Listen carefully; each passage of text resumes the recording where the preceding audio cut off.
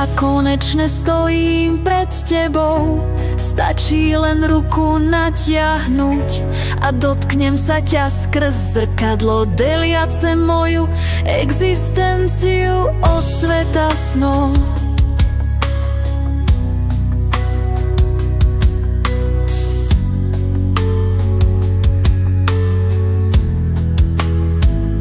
Vzdialený si mi už len na ten jediný dotyk.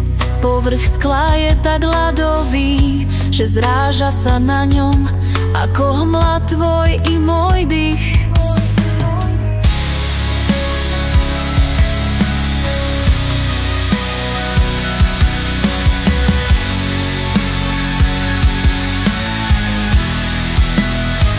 Moju ruku keď vystriem a dlaň položím k tvojej, necítim tvoje teplo skrz bariéru deliacu svet tento od krajiny snovej.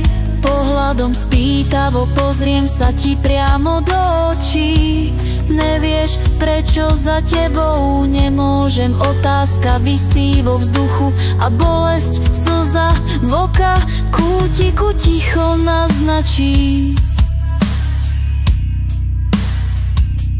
Vtedy ťa vo filme nemom priamori zo scény horora. Perami pohneš a ja nič nečujem, keď vidím ťa šepkať, kričať v tom tichu bez slova. Prestávam vidieť ťa za zrkadlom v mojich snoch, mláťac do skla tak tvrdo, v zúfalej túžbe roztrieštiť ho a v objatí spoločnom spojiť nás dvoch.